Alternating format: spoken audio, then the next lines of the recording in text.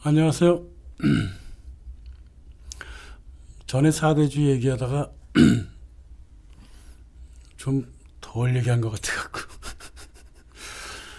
사대주의가요 좋을 때가 있어요. 자기가 모르는 기술들 이런 거 공부하고 배울 때 뭐 도움을 주죠. 그래서 사대주의라고 하는 거는 이제 산업 시대 산업 기술을 모방해서 밥을 먹을 수 있게는 해줘요. 딴 건 다 차치하더라도 밥 먹는 얘기만 하자고요.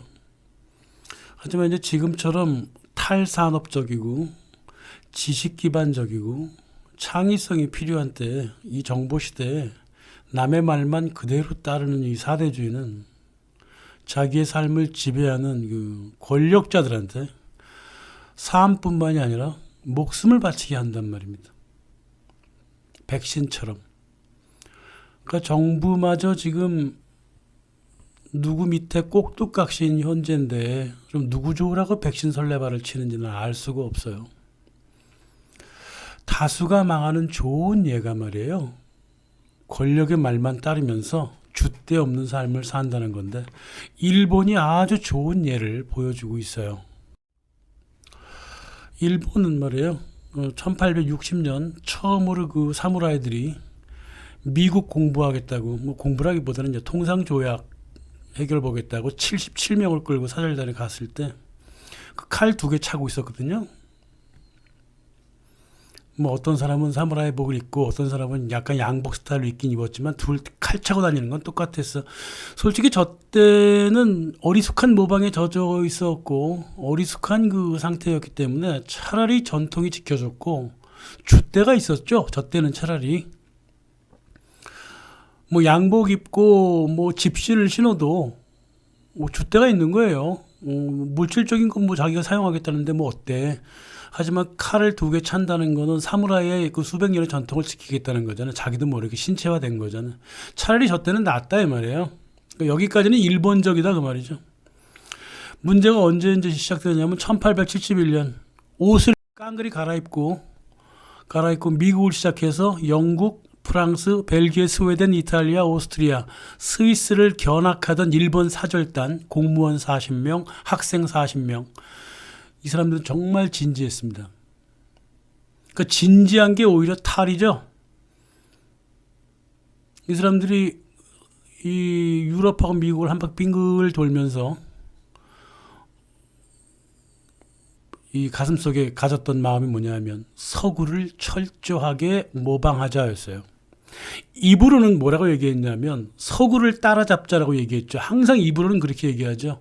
하지만 실제적으로는 그렇게 흘러가지 않았습니다. 철두철미하게 서구를 모방하자는 것이 최초의 일본 견학 사절단들의 마음가짐이었다 이 말이에요. 그러니까 메이지 유신 이후부터 서구의 전반을 모방하기 시작합니다. 일본은행 같은 중요한 공공건물 모두 서구 건축가한테 짓게 했고요. 예, 맥주도 만들었어. 언제 뭐 마시도 않던 인간들이. 보세요. 맥주 지네가 언제 마셨다는 거야. 1870년 이전에는 맥주라는 게 존재하지 않았습니다. 근데 일본 사람들 지금까지 얼마나 맥주를 달고 살잖아요. 그때 미국 사람이 노르웨이 출신 미국 사람이 만들어준 맥주가 키린이에요. 키린. 그때 그 일본 메이지 정권이 그 초청한 3,000명의 외국 선생과 전문가가 있었는데 그 중에 2,400명이 영국 출신인데 영국이 그 당시 산업이 제일 발전했다고 했으니까 이제 그쪽 사람들을 많이 부른 거죠. 특히나 이제 1902년에 영일 동맹을 맺은 이후부터 영국에서도 이제 일본풍이 좀 불었지만 이제 그건 유행이고 일본 정부는 그때부터 영국 사대주의에 푹 빠지게 됩니다. 대영 제국의 모든 것을 다 배우려고 했어. 쓸데없이 우산을 들고 다니다든가 가슴이나 허리에 줄시계를 메고 다니고 뭐 영국 해군의 마드로스 열풍은 뭐 대단하죠. 이 마드로스 열풍은 1960년대까지 갔어요. 배도 한 번 안 타본 것들이 무슨 마도로스의 사랑이니 뭐니. 또 영국 애들이 또 그 중동 가서 말 타고 다니니까는 또 사막의 길, 뭐 사막이니 어쩌니 이런 노래들이 일본 엔가들이 굉장히 많이 나왔다. 그러니까 이제 일본은 의식주, 태도, 의상 모든 생활 모에 곳곳 다 서양식을 심기 시작하죠. 1890년이 되면 더 이상 이제 그 일본 사람들의 긴 머리 깎은 뭐 이런 거 없어요. 다 서양식으로 돼버리고, 여자들은 그 까맣게 이빨 까맣게 칠하던 것도 다 없애버리고, 또 기모노를 더 이상 입지 않습니다. 큰 도시는. 나중에 이제 그 머리 깎아의 신식이라고 나중에 그 조선에 또 강요하잖아요. 상투 잘라버리고 그랬다고. 이게 다 사대주의가 만들어 놓은 짓거리입니다, 이게. 근데 뭐 마음이나 의식은 변하지 않죠. 이게 일본 여성의 대표라고 외교계에 내세운 이들이 말이에요. 이토 히로부미 부인, 우메코라고 하는 여자. 기생 출신이죠. 마누라가 기생이에요. 또 외무부 장관, 외교계에 내놓은 그 이쁘게 생긴 류교라고 있어요. 이 여자도 기생 출신이에요. 그러니까 이제 마음은 일본이고 바깥의 외교는 형식을 취하겠다는 거예요. 역사는 일본, 현재는 서구. 이렇게 혼내 다테마이가 갈린다 그 말입니다. 1891년에 동경제국대학 일본학 교수 바질 홀 챔버레인이 그 뭐라 그랬냐면, 일본의 모습하고 겉모습하고 정보 돌아다니는 거는 근대가 맞는데 마음과 지식은 중세라 그랬어. 그만큼 전통을 지켰다는 게 아니라 서구를 따라가고 싶어도 못 따라간다는 걸 얘기하는 거예요. 응? 일본 사람들은 존 스튜어트 밀의 그 자유론에 굉장히 열광했어요. 그 당시에 1890년대. 또 자유가 아니면 죽음을 달라는 걸, 그런 게 아주 유행병이 불도록 그 패트릭 헨리의 유명한 그 말을 그렇게 추앙했지만 일본 사람들은 자유가 뭔지를 몰랐어요. 한 사람도 자유가 뭔지에 대해서 응답한 적이 없습니다. 단지 봉건 체제로부터 벗어났다는 게 이제 자유죠. 문학, 예술 전 분야가 서구식으로 바뀌었지만 오로지 형식만 따랐죠. 1889년 헌법과 더불어서 그 민법 만들 때 이 율사들이 말이에요. 인권이 뭘 뜻하는지 몰라갖고 1, 2년을 호둥댔다고. 인권이 뭔지를 몰랐어요. 물론 모르죠. 예. 인권은 서양 사람들 잘 모르는데 뭐. 그래서 결국은 독일법에 근거해서 민법의 윤곽을 잡았다고. 모든 게 다 서구에 의해서 짬밥처럼 채워지게 됩니다. 원래 이제 영국의 헌법을 하려고 그랬는데 영국은 헌법이 뭐 별게 없잖아. 그래서 프로이센 갖고 헌법을 만들었고, 형법은 나폴레옹 프랑스 거를 뺏겼고, 상법은 독일법을 뺏겼고, 중앙은행은 벨기에를 모방했고, 외환은행은 홍콩의 HSBC 영국은행을 모방했고, 육군은 프로이센을 모방했고, 해군은 영국을 모방했고, 교육제도는 독일 교육법하고 프랑스 체계를 절충해서 모방했고, 그 개인의 깨달음이나 그 소양을 중시하던 일본 전통 교육이 깡그리 무너지고 오로지 국가주의와 노동 중심으로만 바뀌게 됩니다. 미국 루처스 대학의 머레이라고 하는 사람이 와서 초등학교 체계를 세워줬고, 그게 나중에 한국의 초등학교 체계도 그대로 이어가는 거예요. 1817년에는 좀 일찍이지만 쇼군이 운영하던 학교들을 대충 다 합쳐갖고 동경대, 교토대를 세웠죠. 게이오대, 사립대, 와세다 이런 게 또 세워져요. 온통 서구 학문을 수입하는 데 바빴단 말이에요. 모든 물질, 정보 모든 게 뺏겨졌고 의식적으로 뺏기려고 난리를 쳤지만 그 정신과 습성은 그렇게 쉽게 바뀌는 게 아니라서 겉으로만 끝없이 사대를 추구하고 모방을 추구했단 말이에요. 이 사대주의가 말이에요. 산업시대에는요, 밥 먹게 해줍니다. 그러나 탈산업시대에는 사대주의는 나라를 망하게 만들어요. 계속 국력을 약하게 합니다. 이게 그럴 수밖에 없는 거예요. 그 대학에다가 말이에요, 그 동경대학의 역사학과를 설치해 준 사람이 루드비 리스라고, 그 랑케의 제자예요. 그 랑케가 어떤 역사관을 갖고 있습니까? 사실을 그대로 얘기하라는 거죠. 평가하지 말고. 저도 약간 그런 면이 좀 있는데요. 쓸데없이 해석하지 말고 있는 사실과 실증적인 1차 자료만 드러내라 그 말이에요. 그러니 일본 동경대학 역사학과가 이걸 견뎌내나 못 견뎌내지 1차 자료만 조작하면은 모든 게 다 진실일 수 있다는 이 정신 분열증에 걸려버려요. 이 동경대학교 그 역사학과 교수들이 일본 학생들이. 그래서 역사 왜곡을 아예 일본 학문의 기본으로 만들어 놓은 거예요.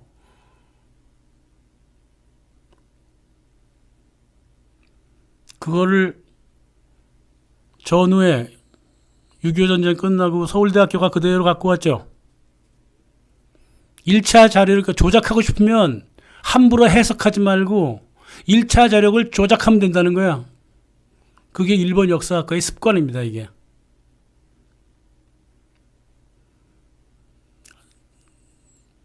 다 그렇지는 않지 않느냐. 그렇게 얘기하려면 무슨 말을 못 하겠어요. 역사학은 말입니다. 절대 조작하면 안 돼요.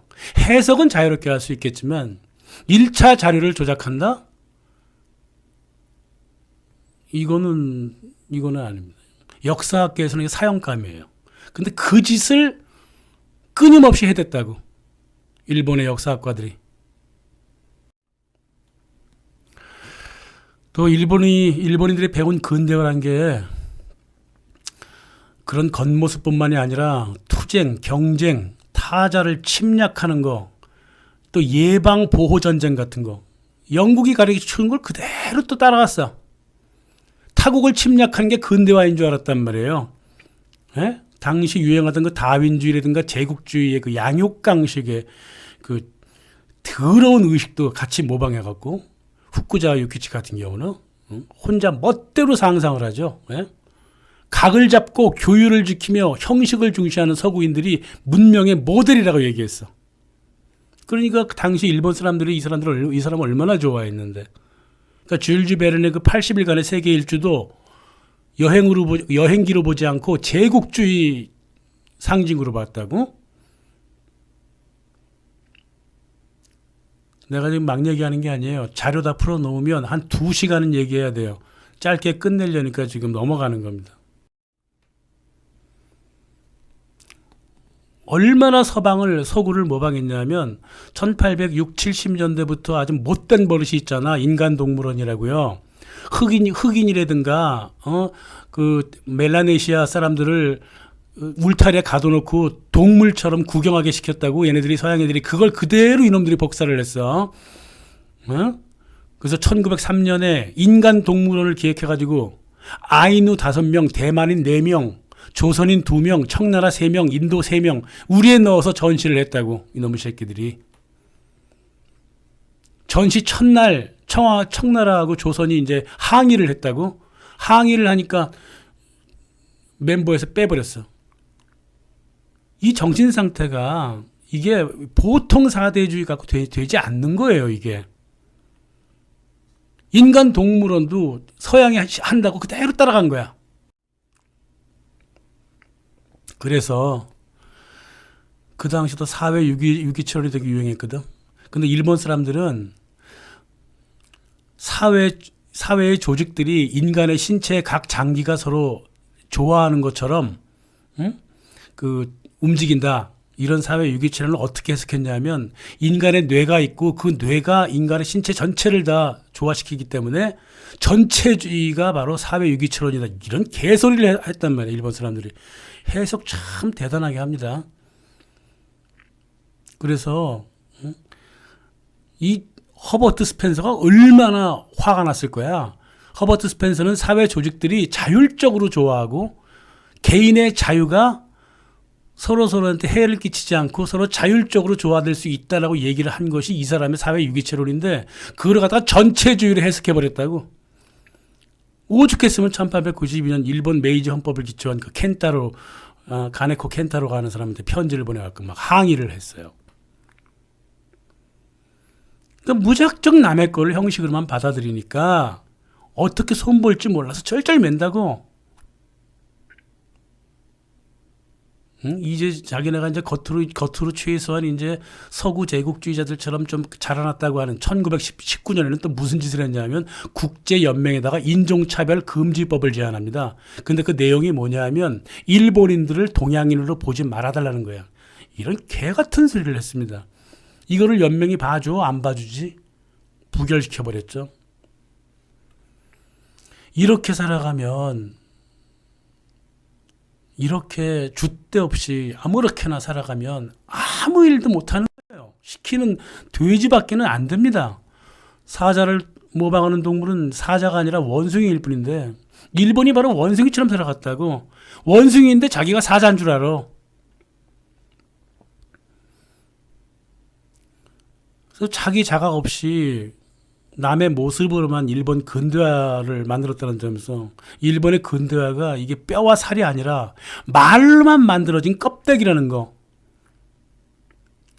그 스토리의 근본은 일본이 아니라 서구가 그 주인공이라는 사실. 이것 때문에 일본의 국력이 계속 약해져 가는 겁니다. 이 시절에. 그러지 않아도 서구도 국가별로 계속 정치, 경제, 문화가 망가져 가고 있는데 일본은 더 망가질 겁니다. 그럼 어떻게 했으면 좋겠느냐고요? 어떻게 하면 원숭이가 아니라 사자가 될까? 딴 거 없죠. 권력의 말을 무조건 따라가지 않으면 됩니다. 일단은 그렇게 생각하면 되는 겁니다. 그 다음에 자기 생각이 떠오르는 거예요. 감사합니다.